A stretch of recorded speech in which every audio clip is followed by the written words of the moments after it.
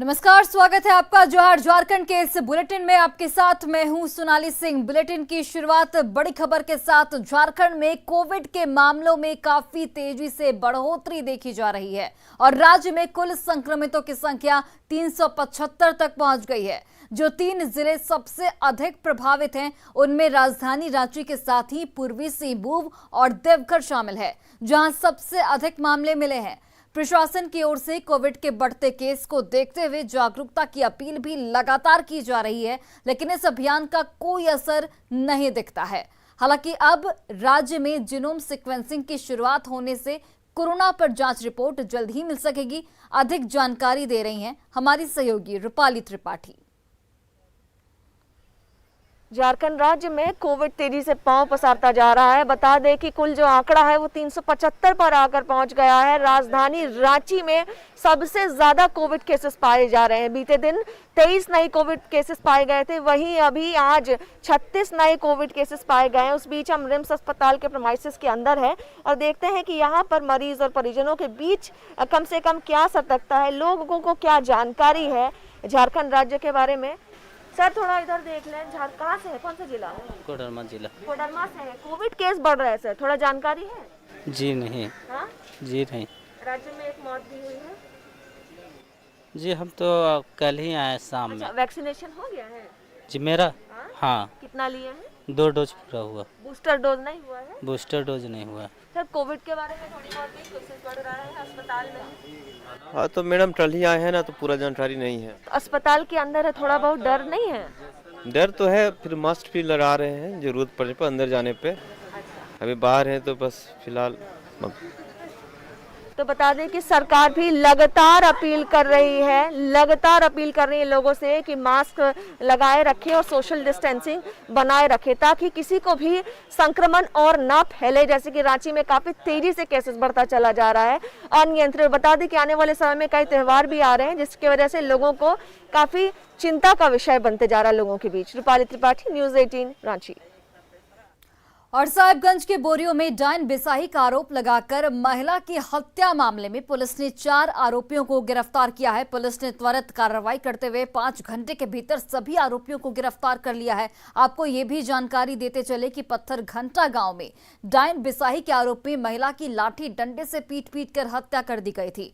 मौके से खून से सना एक लाठी भी यहां पर बरामद किया गया था और अब पुलिस ने इस पूरे मामले में 5 घंटे के भीतर सभी आरोपियों को गिरफ्तार कर लिया है।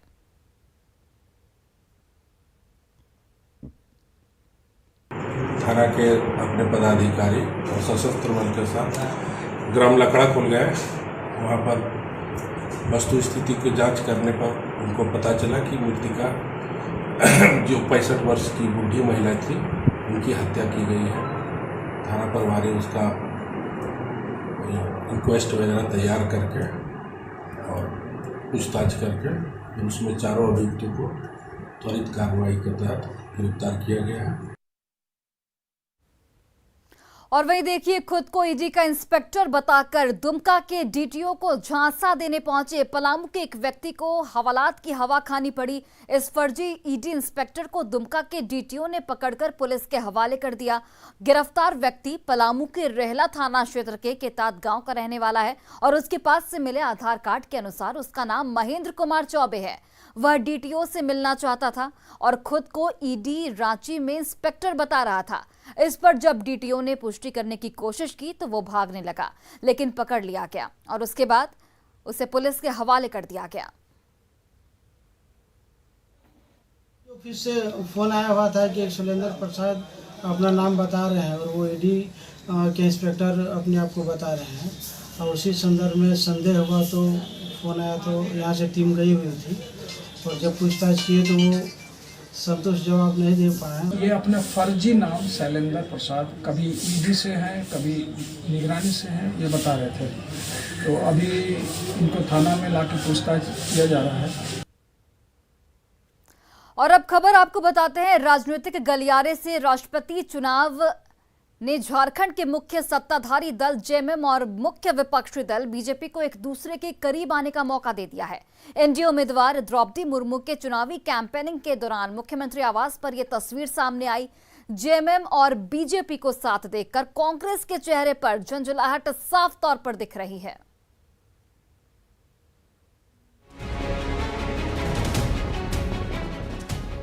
देश की राजनीति में इस वक्त राष्ट्रपति चुनाव का गुनाभाग चल रहा है।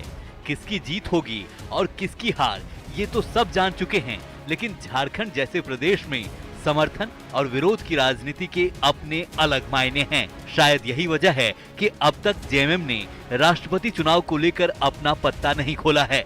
इतना ही नहीं, द्रौपदी मुर्मू के झारखंड आगमन पर जो तस्वीर देखने को मिली, उसको लेकर भी कयास लगने शुरू हो गए हैं। कांग्रेस नेताओं के चेहरे पर भी जेएमएम और बीजेपी की नजदीकियों पर झुंझलाहट झलकने लगी है। से पूछिएगा तो बेहतर बताएंगे।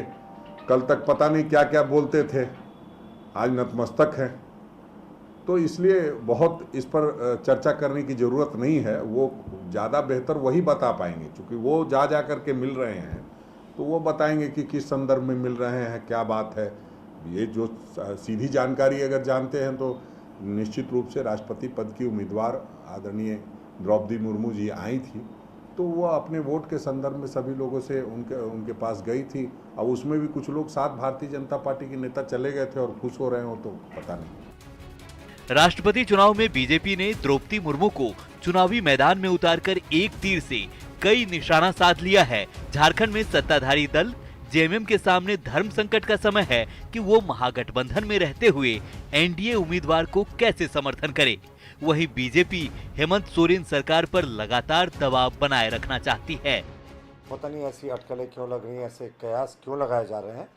सिर्फ राष्ट्रपति का चुनाव था और राष्ट्रपति के चुनाव में एक उम्मीदवार होने के नाते श्रीमती द्रौपदी मुर्मू एनडीए की कैंडिडेट के साथ, एनडीए के लीडर्स भी उनके साथ गए थे माननीय मुख्यमंत्री जी के यहाँ, और उनसे उन्होंने सहयोग मांगा था। तो इससे अगर आप कयास लगा रहे हैं तो मुझे लगता है ये जल्दबाजी है, क्योंकि जेएमएम से हमारी बहुत सैद्धांतिक मतभेद हैं। इतने जल्दी ऐसी चीज़ों, ऐसे निष्कर्ष पर हमें नहीं पहुंचना चाहिए। ये सिर्फ राष्ट्रपति चुनाव को लेकर ये वोट मांगने गए थे और ये सामान्य शिष्टाचार भी था और द्रौपदी मुर्मू जी के द्वारा एक बड़ा जेस्चर भी था। झारखंड में सरकार की अगुवाई कर रही जेएमएम भी राजनीतिक गलियारों में हो रही चर्चा से भली भांति वाकिफ है। जेएमएम का साफ मानना है कि जेएमएम और बीजेपी के बीच राष्ट्रपति चुनाव के अलावा कुछ भी नहीं चल रहा है। द्रौपदी मुर्मू जी का झारखंड आना और आने के बाद माननीय गुरु जी से मिलना, हेमंत जी से मिलना, इस बात के कई कयास लगाए जा रहे हैं और उस कयास के पीछे जो चतुराई है वो भी झलक रही है। चूंकि वो उम्मीदवार है तो लोगों से समर्थन जुटाने का प्रयास तो सब कोई करेगा और उसको इसी नजरिए से देखना चाहिए।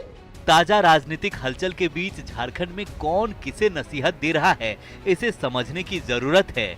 ये बात सच है कि मौका राष्ट्रपति चुनाव का है, पर राजनीति में हर बेहतर मौके पर चौका मारने की कोशिश होती रहती है।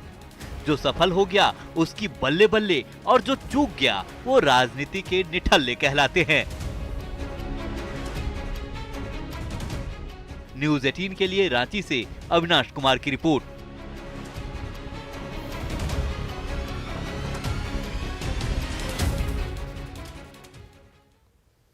और अब आपको बताते हैं एक सुसाइड ट्री के बारे में। वैसे तो आपने कई तरह के पेड़ और पेड़ में लगने वाले फल को देखा और चखा होगा, पर क्या आपने कभी किसी पेड़ का नाम सुसाइड ट्री सुना है? अगर नहीं सुना और नहीं देखा तो आज न्यूज़ 18 आपको सुसाइड ट्री के बारे में बताने जा रहा है।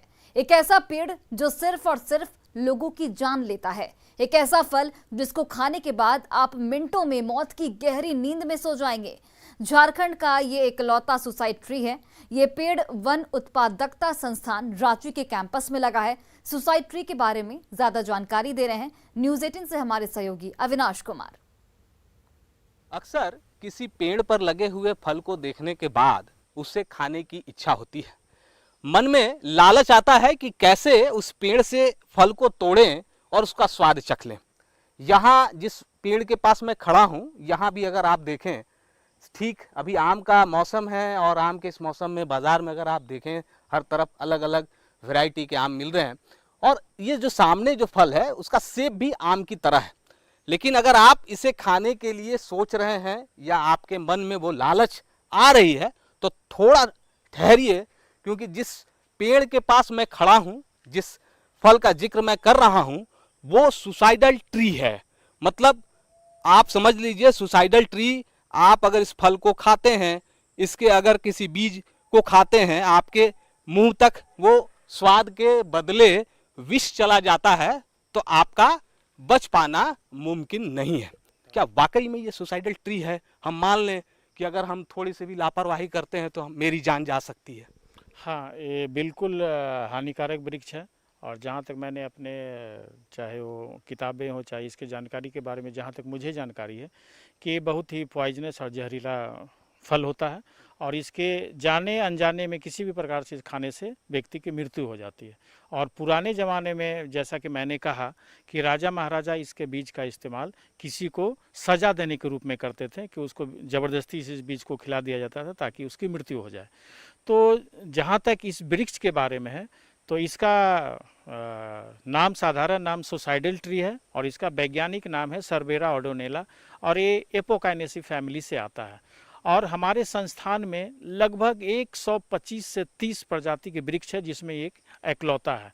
आपको ऐसा लग रहा है कि इसके अंदर वैसी क्या चीज़ है जिसकी वजह से अगर खा रहे हैं तो डेथ की पॉसिबिलिटी ज़्यादा है? इनके फल में एलाकॉइड्स की अमाउंट जो रहता है ना, वो बहुत ज़्यादा रहता है, जिसके वजह से शरीर में पॉइजनस के तौर पे काम करता है।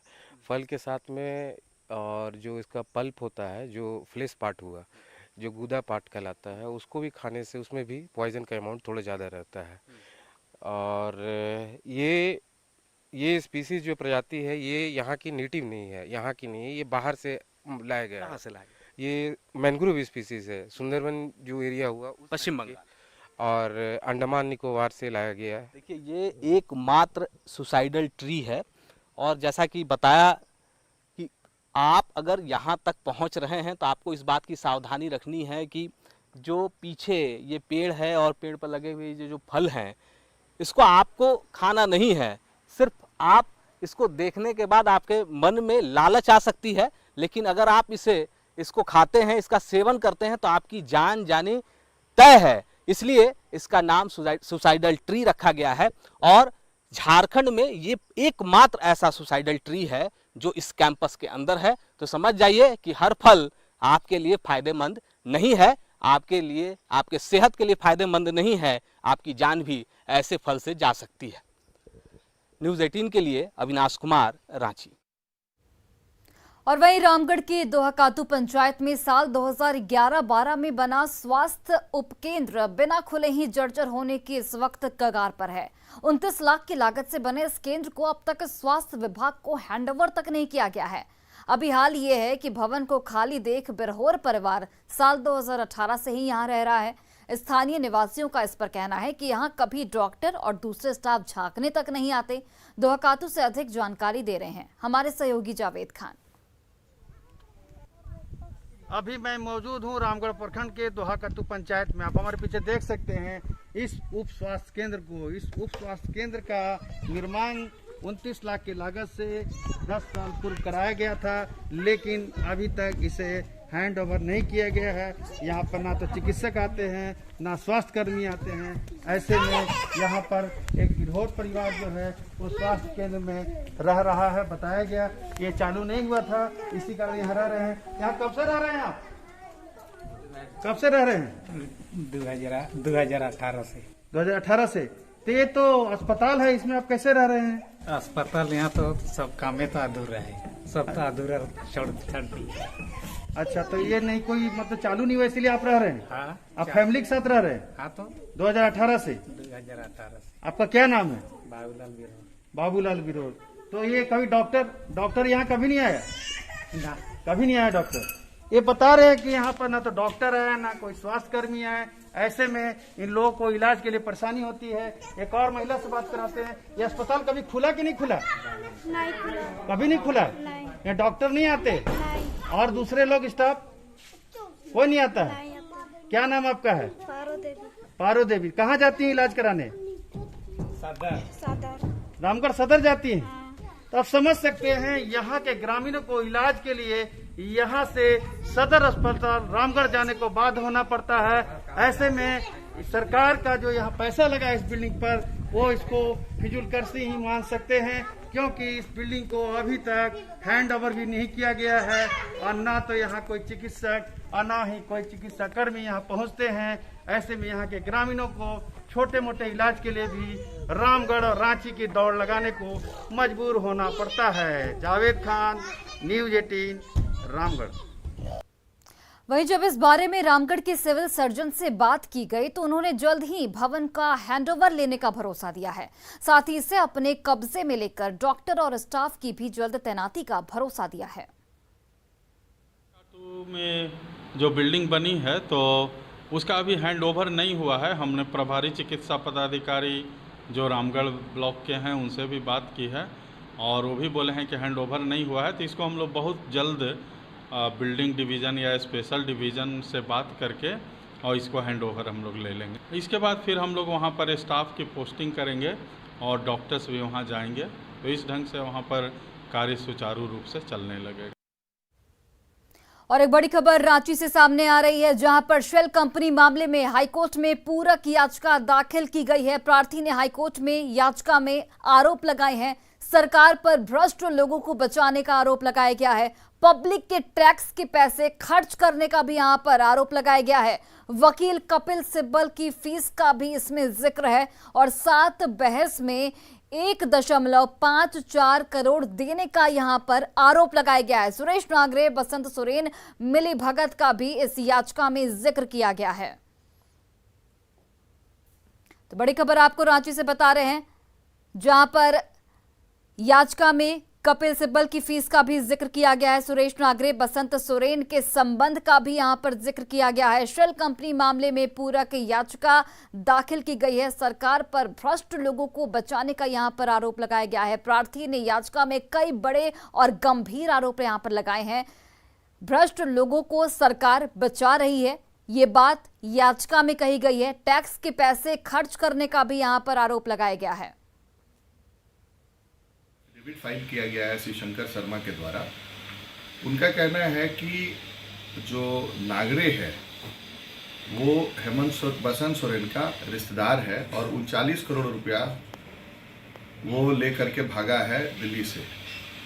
ये धंधा जो है इन लोगों का बालू के संदर्भ में था। दूसरा है कि जो मिस्टर सिब्बल को पेमेंट हो रहा है वो 22 लाख रुपया पर अपीयरेंस हो रहा है। हेमंत सोरेन उनकी फैमिली है, तो उनको डिफेंड करने के लिए सरकार जो है 22 लाख रुपया पर अपीयरेंस कर रही है। दैट मीन्स अभी जो है जो आरटीआई में इंफॉर्मेशन है उसके हिसाब से उनको 1 करोड़ करीब 54 लाख रुपया पेमेंट हो चुका है। और फेमिना मिस इंडिया के ग्रैंड फिनाले की टॉप 31 तक पहुंचकर तहलका मचाने वाली झारखंड की पहली ट्राइबल गर्ल रिया तिर्की ने न्यूज़ 18 के दर्शकों को शुक्रिया कहा है।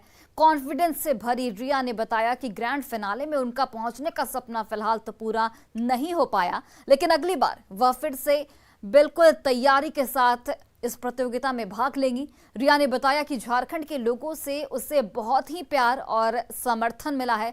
7 बार इस प्रतियोगिता से रिजेक्ट होने के बाद भी रिया ने हार बिल्कुल नहीं मानी और 8वीं बार सिलेक्ट होकर इस प्रतियोगिता के टॉप 31 तक पहुंची। आप भी सुनिए न्यूज़ 18 के दर्शकों से रिया ने क्या कुछ कहा।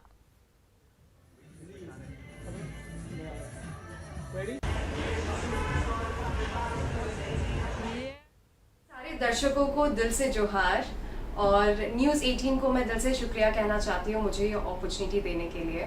मैं हूँ रिया तिर्की, फेमिना मिस इंडिया झारखंड 2022 और मैंने अपनी ब्यूटी पैजेंट की जर्नी 2015 से स्टार्ट की और 7 बार मैं रिजेक्ट हुई हूँ इस पोजीशन के लिए एंड 8वीं बार में मेरा चयन हुआ। और मैं हमेशा से चाहती थी कि झारखंड को कोई एक ट्राइबल लड़की रिप्रेजेंट करे एंड मैं वो पहली ट्राइबल लड़की हूँ जो झारखंड के कल्चर को मिस इंडिया प्लेटफॉर्म में रिप्रेजेंट की। उस चीज़ के लिए मैं बहुत खुश हूँ। भले ही मैं जीती नहीं मिस इंडिया, कोई बात नहीं, लेकिन आप सभी का प्यार मेरे लिए बहुत बड़ी चीज़ है। देवघर में बाबा बैद्यनाथ धाम मंदिर में संध्या आरती का भव्य नजारा देखा गया। काशी विश्वनाथ मंदिर की तर्ज पर महाआरती का आयोजन पिछले 2 सालों से हो रहा है। महाआरती को देखने के लिए बड़ी संख्या में श्रद्धालु पहुंचे।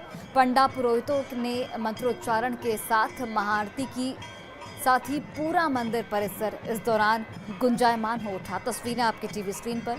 पिछले 2 सालों से इस आरती का आयोजन किया जाता है और जिस वक्त ये आरती होती है उस वक्त पूरे मंदिर परिसर में भक्तिमय माहौल हो जाता है।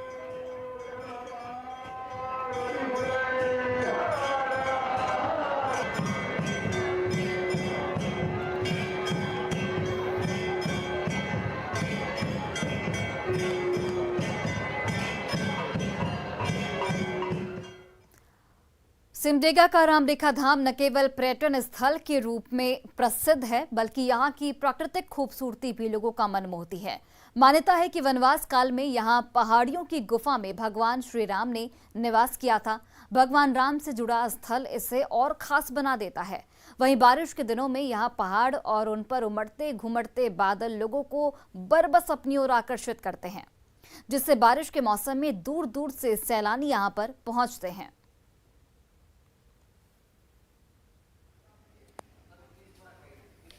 रामरेखा हमारे सिमडेगा जिला ही नहीं पूरे देश का एक पवित्र स्थान है। खासकर बारिश के दिनों में यहाँ की जो सुंदरता है वो देखने के लायक होती है। लोग यहाँ की सुंदरता देख करके मंत्रमुग्ध हो जाते हैं और लोग स्पेशल यहाँ घूमने के लिए आते हैं और घूमने आने क्रम में हमारे भगवान राम, श्री राम कृष्ण का दर्शन करते हैं और उनसे आशीर्वाद लेकर के अपने जीवन की लंबी उम्र की कामना करते हैं।